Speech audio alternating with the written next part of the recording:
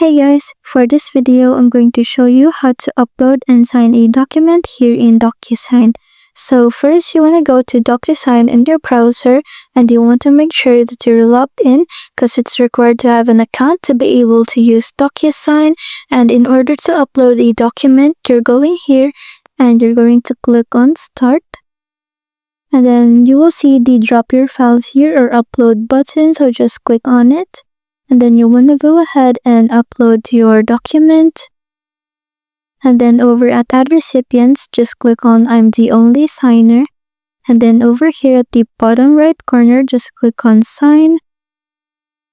So if it's your first time using DocuSign, it will prompt you to create a signature. But since I've already used this website before, I already have my signature. So what I'm going to do is I'm just going to click on signature over here at the left side bar. And it will automatically give me my signature. And I can go ahead and drag my signature to where I want it to be. And after that, just click on finish. Then just click on no thanks. And that's it. Thanks for watching.